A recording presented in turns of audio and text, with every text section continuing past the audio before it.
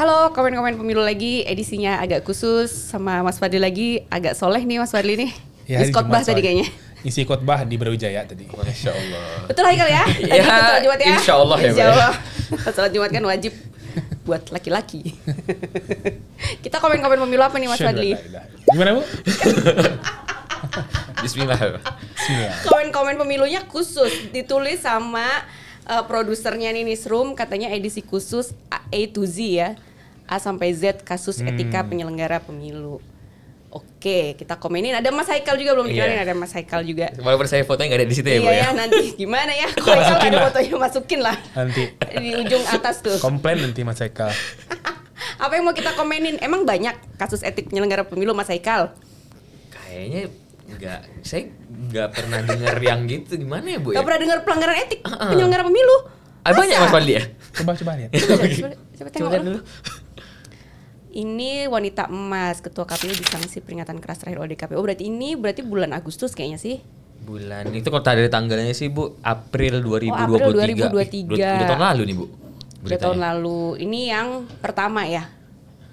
Ya, Siapa wanita emas nih Mas Fadli? ini kan kasus yang juga dulu kontroversi ya, yang dilakukan oleh ketua KPU yang baru saja dipecat, Mas Hashim. Bahkan dan kita lihat kasusnya justru sudah dipecat dari kasus yang ini mestinya, karena wanita emas ini kan Hasnaini namanya Mbak ya. Hasnaini yang juga merupakan salah satu ketua umum partai politik calon peserta pemilu waktu itu.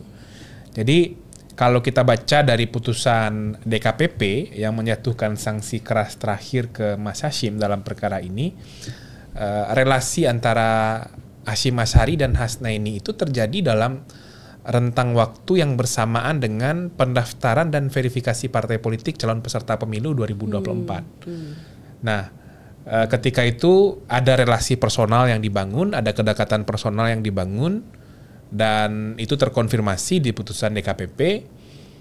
Ya Mas Hashim orang yang sudah berkeluarga ya, setahu saya beliau ini orang yang sudah punya keluarga, punya istri, dan Hasnaini pun kayaknya juga punya suami ya. Dan ada affair di sana yang itu jelas melanggar etik dari seorang penyelenggara pemilu. Dan yang lebih parah sebetulnya ini kan ada konflik kepentingan. Konflik kepentingan antara penyelenggara pemilu yang memverifikasi partai politik calon peserta pemilu, tapi mereka pergi berdua-duaan gitu. Nah, itu yang pergi kemana? Ziarah. Ziarahnya ada yang di Jakarta, ada juga ziarah yang Jogja ada di Jogja. Ya. Oh ya, dari Jakarta ke Jogja bulan Agustus untuk ziarah ke sejumlah tempat. Ya. Oke. Saya nggak sempat nanya sih waktu itu kemana aja ya. Cuman kayaknya. Mau nanya sama siapa? Pak Hashim. Ke Mas Hashim, udah lama nggak ketemu soalnya. Oh. Dekat berarti ya, Bang Mas Hashim. Dulu dekat. Dulu dekat. Mas Haikal komen dong, duduk di situ harus komenin. Iya. Saya Diam aja ngomong. Judulnya aja komen-komen. Ya, sebenarnya dulu. kalau kita ngelihat di putusan DKPP yang terakhir ya, yang terkait dengan pemecatan, kan mirip-mirip ya Bu sebenarnya sama yang ini ya, karena kasusnya pun latar belakangnya adalah asusila. Bedanya hanya kalau yang terakhir kemarin itu dengan penyelenggara PPLN gitu ya, kan, penyelenggara sesama penyelenggara pemilu lah. Kalau ini kan dengan salah satu peserta pemilu atau ketua dari partai yang peserta pemilu. Nah ini yang menurut saya menjadi benar tadi yang bilang Bang Fadli, sebenarnya kalau kita melihat dari konstruksi perkara yang ada ya di dalam dua kasus itu, seharusnya di sini juga udah diberhentikan. Karena apa? Karena tindakannya sama-sama asusila dan juga ada konflik of interest di sini. Kenapa nggak diberhentikan dia di kasus? Nah ini saya bingung juga, kayaknya Bang Fadli lebih tahu ya, nih. Satu. Lanjut deh Iqbal. Disanksi kebocoran data, begini posisi perkaranya. Disanksi etik ya. Jadi waktu itu data pemilihnya bocor, terus dilaporin ke DKPP. Semua sebetulnya dilaporin ya kayaknya ya. Ini berarti sebelum yang PDN itu belum, ini bulan Mei. Bulan Mei disanksi etik. Sanksinya apa nih? Sanksi peringatan. Isu ini kan sebetulnya tidak hanya berkaitan dengan keamanan data pemilih, Mbak. Karena KPU yang mengelola mengelola data pemilih yang bersumber dari Dirjen Dukcapil Kemendagri.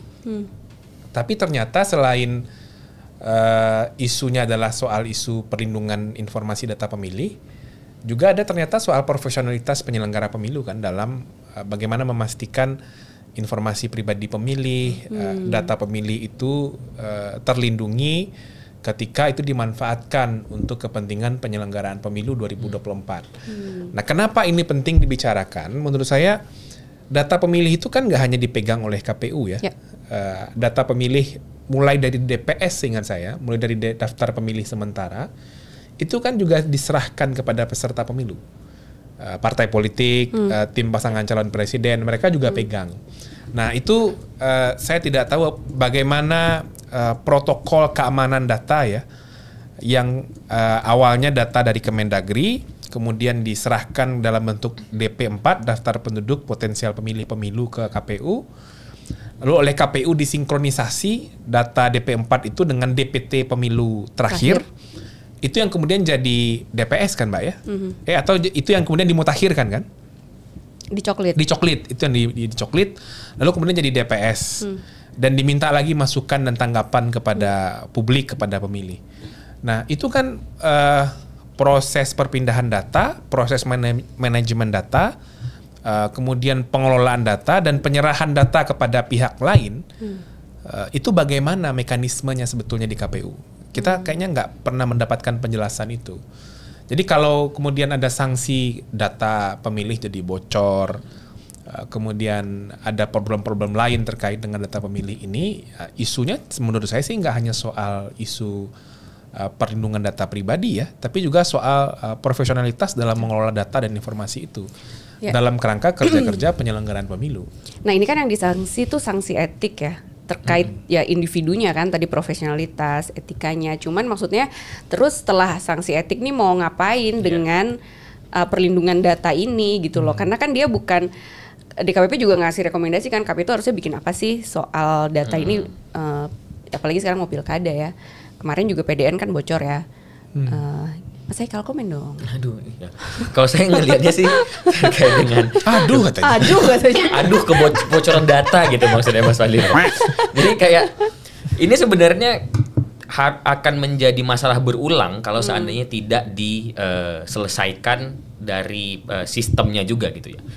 Yang seperti disampaikan Mas Fadli tadi, kalau misalnya ini hanya kita lihat kelalaian saja, tentu setelah sanksi kelalaian tidak ada perbaikan secara sistemik di dalam proses ini, itu akan terulang lagi. Dan seperti yang kemarin juga terjadi, ada hacking terhadap pusat data nasional. Ini kan berkaitan semuanya, karena kan data sistem informasi yang digunakan pemerintah itu kan sebenarnya saling berkaitan. Dan saya nggak tahu juga gimana sebenarnya KPU kemudian, apakah KPU punya satu aturan atau satu SOP tersendiri untuk terkait dengan data-data yang berkaitan dengan penyelenggaraan pemilu? Kayak saya rasa sih belum ada ya terkait dengan itu. Nah, itu yang kemudian seharusnya sudah dibangun, karena masalah-masalah terkait dengan penggunaan sistem informasi kan bukan hanya terkait dengan kebocoran data pemilih, tapi juga misalnya Sirekap dan segala macamnya. Nah, itu yang kemudian sebenarnya harus ada satu SOP khusus yang kemudian dibentuk dan mendapatkan advice dari ahli yang terkait dengan penggunaan data itu sendiri. Karena pasti KPU selain dia menjalankan proses penyelenggaraan pemilu, untuk hal-hal yang berkaitan dengan detail terhadap sistem informasi itu kan perlu ada advice dari pihak luar atau pihak ketiga lah dalam hal gitu. Oke. Ini kedua berarti ini kalau kita hitung nih kedua. Lanjut.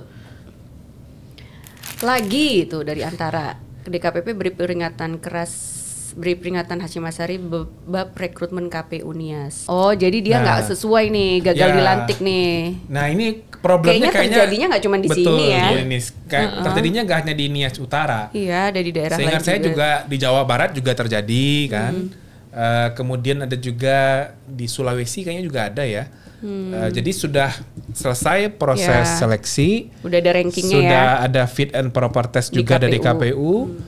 Kemudian sudah ada SK ketetapan siapa yang terpilih. Tiba-tiba SK-nya berganti. Nah, ini nggak hanya terjadi di KPU nih. Saya pernah lihat tuh Mbak, SK penentuan calon terpilih komisioner Bawaslu tapi waktu itu ya, itu 2 SK-nya. Dua dengan komposisi nama yang berbeda-beda. Menurut saya sih ini buah dari proses seleksi yang tidak transparan. Buah juga dari proses seleksi yang mengutamakan politik aliran, latar belakang organisasi dan lain-lain. Dan buah juga dari proses konflik kepentingan yang terlalu kuat di internal KPU. Dan sangat mungkin juga ini berkaitan dengan nuansa militeristik yang semakin kuat ya dibangun di internal KPU. Kenapa ada isu tidak transparan dalam proses seleksi di KPU maupun Bawaslu ya?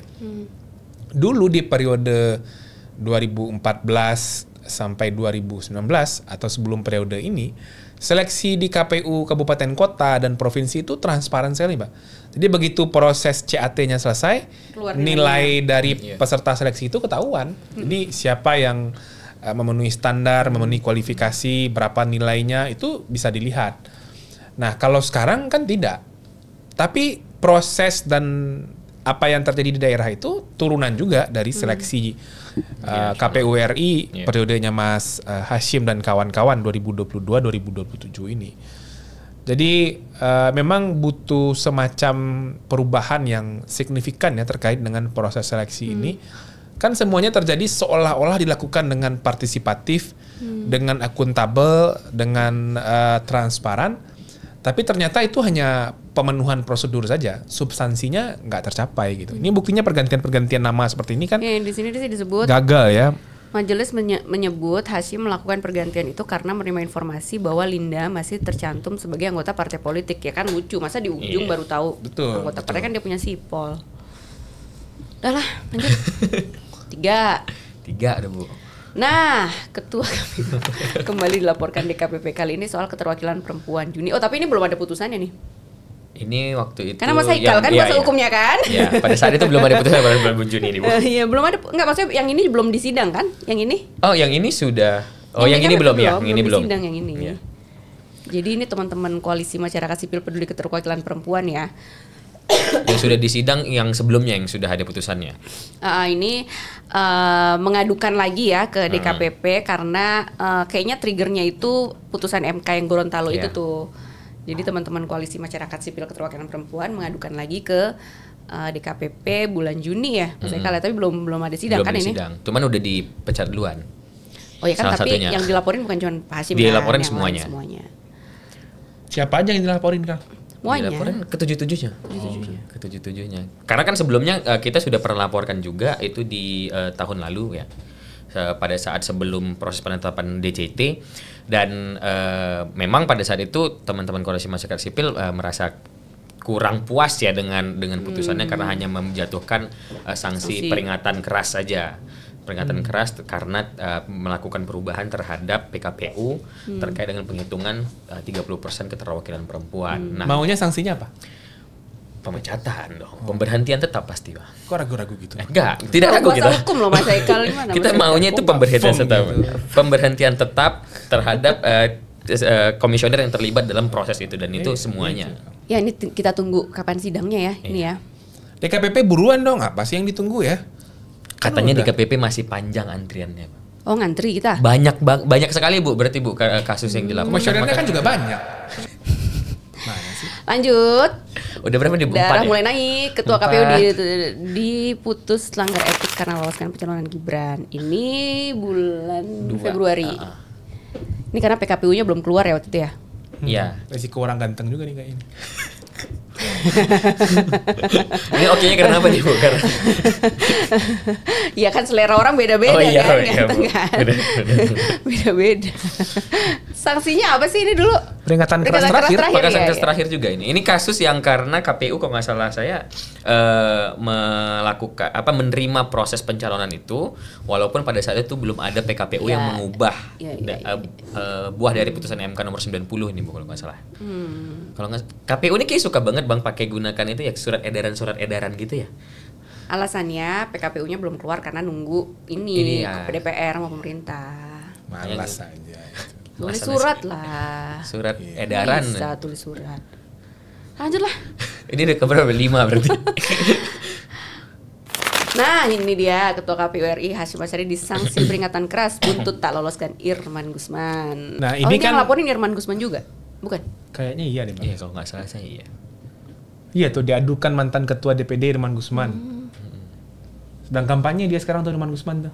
Kan nggak ada kampanye. Kampanye dia di warung makan, ketemu halo gitu, saya maju lagi. Besok mau ada PSU ya? Memang. Kalau sempat terpilih emang kacau orang Sumbar. Mantan korup. Aduh kacau nih. Saya nggak ikut nih kalau gini. Kan kalau pemilihnya boleh dong. Oh iya, konstituen ya. Konstituen ya. Oke, siap. Aku kan tidak di Sumbar. Saya juga Bu. Tapi perkara ini sebetulnya Iqbal, kenapa kamu ketawa? buntut dari KPU yang tidak hati-hati juga dalam menyiapkan regulasi soal pencalonan DPD. Kayaknya di episode sebelumnya kita pernah diskusikan juga soal ini kan, Mbak. Jadi Irman ini kan memang belum memenuhi syarat karena belum 5 tahun menjalani masa jeda pasca dia menjadi mantan terpidana koruptor. Nah, kemudian KPU kan PKPU-nya itu diotak-atik kan, diotak-atik dalam artian dia buat klausul kalau mantan terpidana itu mendapatkan pidana tambahan berupa pencabutan hak politik, maka nggak usah nunggu 5 tahun. Nggak perlu 5 tahun. Nah, nggak ada itu di putusan MK tuh. Karena soal masa jeda itu kan ada di putusan MK. Iya. Udah di JR ke MA juga. Udah dibatalkan. Nah, baru kemudian kan mereka diskualifikasi kan. Nah, diskualifikasi itu yang kemudian digugat juga ke PT UN Jakarta. Jadi titik persoalannya sekarang 3. Pertama dimulai dari KPU yang tidak hati-hati dalam proses pencalonan. Yang kedua putusan PT UN Jakarta yang keliru menurut saya menafsirkan rentang ancaman pidana 1 sampai 5 tahun itu tidak termasuk lebih dari 5 tahun. Nah, yang ketiga Mahkamah Konstitusi mengabulkan permohonan Irman yang dia sendiri bukan peserta pemilu. Sayang banget sama Irman Gusman.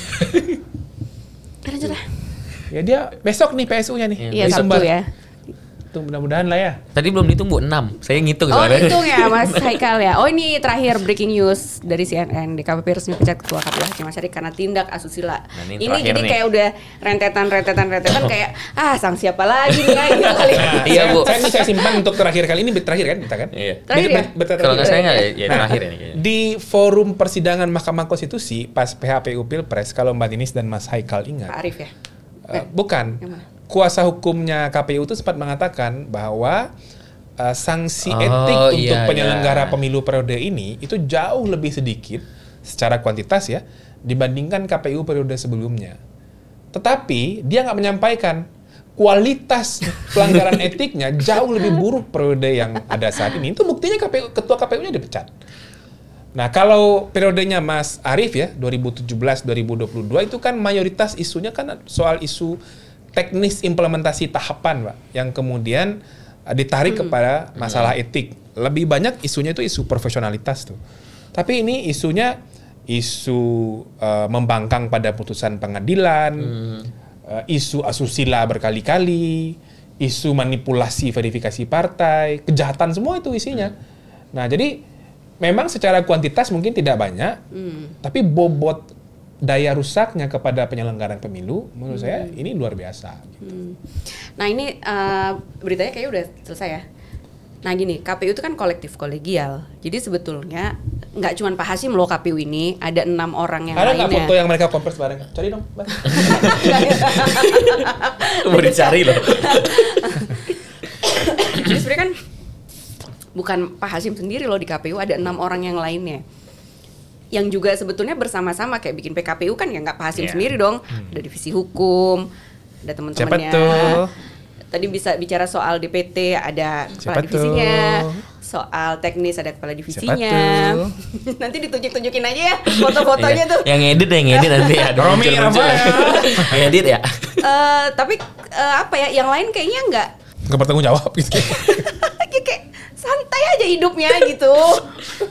Ya mungkin kan mereka kolektif kolegial loh. Iya, mungkin menurut saya sih kemungkinannya 2, Mbak. Kemungkinan pertama yang lainnya ikut aja. Bukan ikut aja, memang yang nggak mau muncul aja, nggak berani aja. Maunya fasilitasnya aja, tapi bertanggung jawab soal pekerjaan nggak mau. Itu kemungkinan pertama. Kemungkinan kedua ya soal begitu kuatnya figurnya Mas Hasyim ya, dominasinya Mas Hasyim. Nah itu kan terasa betul kan. Di sidang PHPU sih PHPU Pilpres kelihatan banget tuh.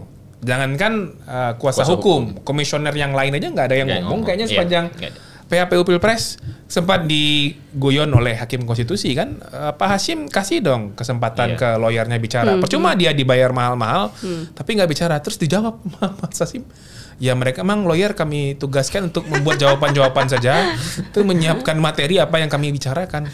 Kalau saya jadi lawyernya saya cabut kuasa saya tuh, keluar saya. Jadi notulen gitu ya Bang ya. Ya gitu ya Pak Hasyim. Sampai ketemu Pak Hasyim. Iya, maksudnya yang lain pun sebenarnya kalau ditanya pengalaman ya semuanya pernah penyelenggara pemilu daerah kan. Jadi ya ada yang enggak. Ya, teman Mas Fadli kan. Siapa Oke, tuh? komen-komen pemilu edisi spesial selesai hari ini. Mas Haikal ada yang mau dikomenin nggak nih? Gak deh Bu, saya cuman komen-komennya itu aja. Cuman paling nanti kalau kita hitung lagi tuh kayak banyak ya. Beberapa kali itu peringatan keras terakhir. Nah itu saya heran juga tuh. Iya. Peringatan keras terakhir tapi lebih dari satu kali, terakhirnya kapan gitu. Takut aja. Ada kayak nyusun skripsi gitu Bu. Revisi 1, Alhamdulillah, revisi 2, Insya 3, Allah oke. Oke Insya Allah. banget tuh. Siaprin 2. Gue dulu gitu skripsi. Siaprin 1, siaprin dijilid, siaprin plus lampirannya ada. Sampai jumpa.